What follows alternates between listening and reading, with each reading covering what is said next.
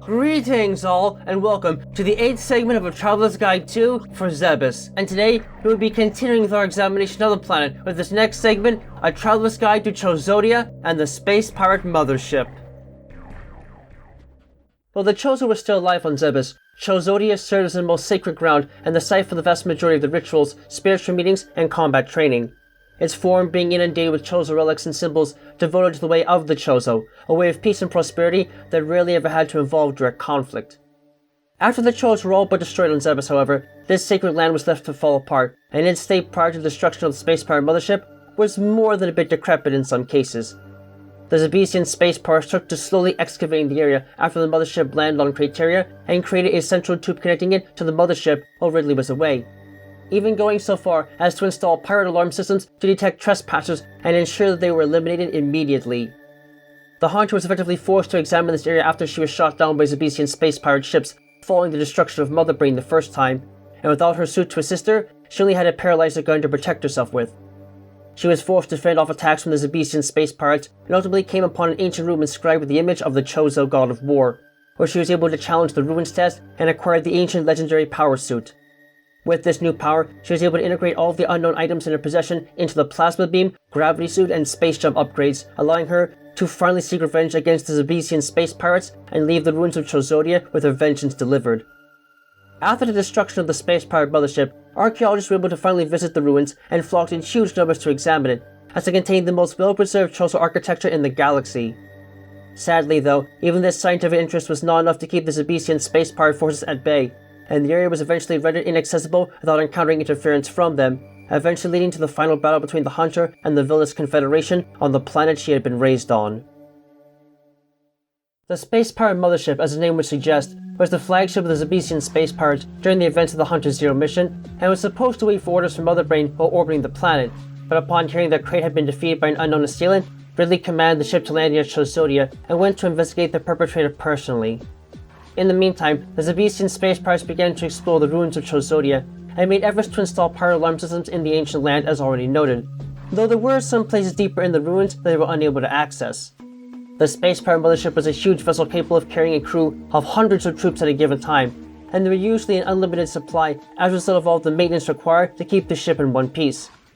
This is mainly due to the fact that the ship only had short stubby wings compared to its bulky body, so strong thrusters were needed in order to keep the craft in the air, and a single malfunction in any of these thrusters could have been enough to take the entire craft down if not fixed immediately.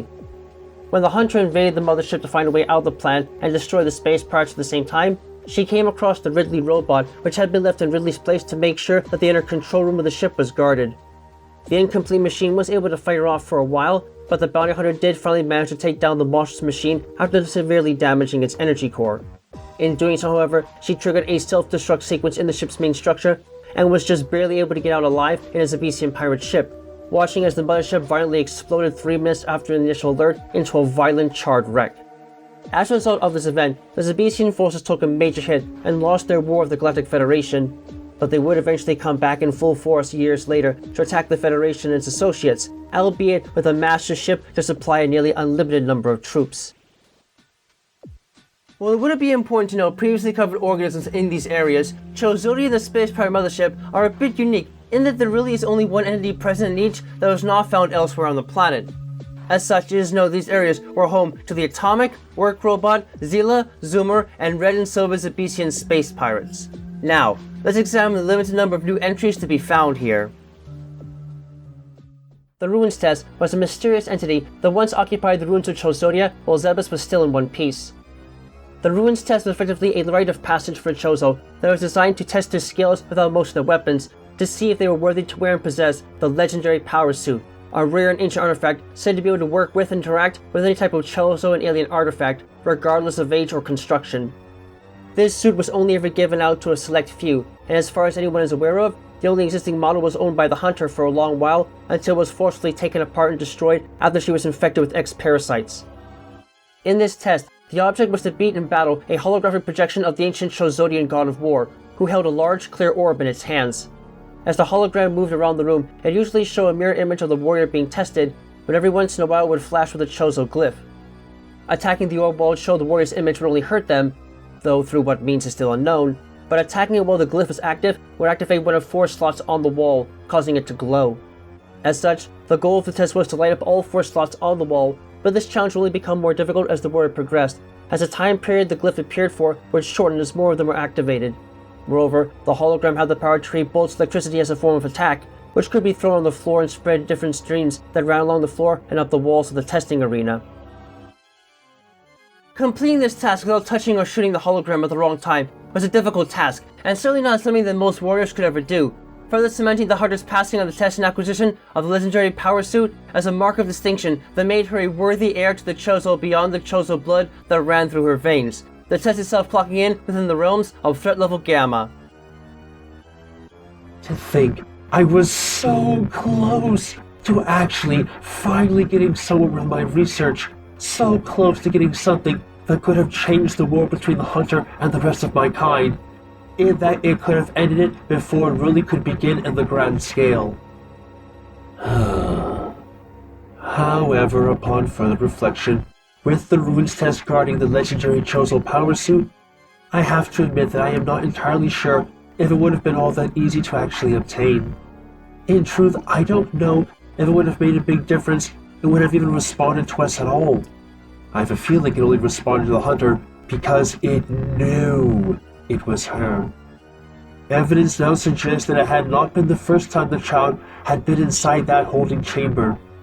It really gives the sense that, like Chozo statues, that wonderful mural and test itself was alive to some degree or another. It's impossible to tell now, but in hindsight, it truly may have been destiny for her to inherit it above all others.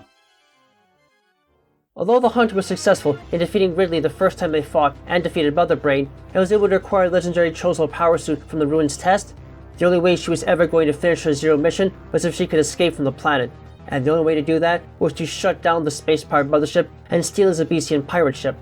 What the hunter did not realize, however, was that Ridley was smart enough to predict a potential defeat and left the inner control room of the ship to the care of a mechanical copy of himself, dubbed the Ridley robot. This grey-colored machine was only half finished by the time Ridley left, and was missing its walking legs and flight unit, connected to the back of the ship's control room with a series of wires and cables, but even in its incomplete form, the machine was capable of recognizing the hunter as a lethal threat and attacked her relentlessly with a barrage of dangerous weapons as she approached the control room, including missile launchers, whose projectiles were destructible with beam weapon shots, a laser weapon system embedded in its eye that could fire green laser beam shots, a combustion chamber for spitting large fireballs like its creator, and reinforced claws that enabled it to swipe at the hunter with extreme ferocity and power. The only weak spot the creature had was an exposed energy core protected by a thick glass cover, and the machine proved to be just as smart as its creator, as it would often use its large head to block any shots that were taken at the structure, only ever lifting its head out of the way after attacking with its front claws.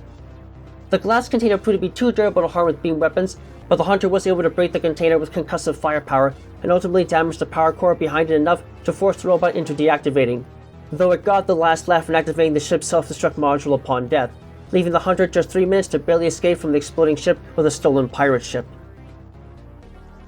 While the machine might not have been finished and literally was hooked into the machinery of the control room in order to stay powered, it nonetheless proved to be a sturdy and formidable opponent for the hunter to face at the conclusion of her Zero mission, and for its programmed intelligence and potent array of weaponry is best assigned as part of threat level Delta.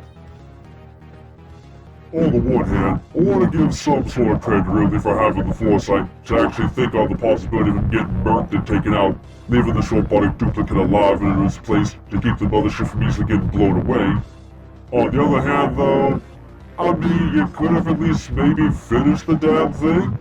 Seems a little weird to me, but at the same time, it would be kind of hard for it to easily move around the ship's control room, so maybe just having the upper half completed wasn't entirely a moronic move after all. Regardless, this thing was pretty damn difficult to attack, with the strength and power core being the only part that could be damaged. Though, again, kinda just wonder why it just had a small glass cage protecting it all. Maybe it was for easy maintenance? Hell if I know, but I'd be surprised if someone told me this thing didn't lead to the idea of making Ridley into a cyborg after all this shit went down. As a consequence of its history and the people that created it in the first place, Chozodia itself is a place that, in the past, just about anyone could safely visit and learn of the great mysteries of the Chozo from, often regarding their own history and where they are gone to today in the galaxy. But thanks to the Zebesian space pirates, the land fell silent. Even prior to the destruction of the space pirate mothership, only forces employed by the space pirates themselves came to dwell in those hallowed ruins. And while the space pirate mothership was very much the opposite of that, filled to the brim with pirates ready to blast away anything and everyone that got near them, their security systems and minor monsters aboard were the only real threats they could pose, so together, the two form a location where it could be at least vaguely safe to explore, so long as you never got caught by any of its residents. We're in the home stretch now when it comes to Zebes, so get the strongest firepower you can for the final expedition in our examination. For the next and last journey, we'll be taking a trip into the mechanical and terrifying source of all the pain and destruction that plagued the planet and its inhabitants in its final eras of existence. Yes, the final leg of this journey will take us to the home base of the maniacal AI Mother Brain, the base simply known as Torian. Thank you all for watching this video. We here at Space Pirates Science Team take our work very seriously, and we genuinely wish to be as informative as possible when it comes to the work we conduct here, for both ourselves and in the name of science. If you enjoyed this video, please like, subscribe, and comment to help us get greater recognition out there to inform the greater populace of the universe as a whole. Also, feel free to keep track of us through Twitter, as we'll be posting notices there every time something new is submitted for your viewing pleasure. We hope to see you all in the next video, no matter what world it may take us to.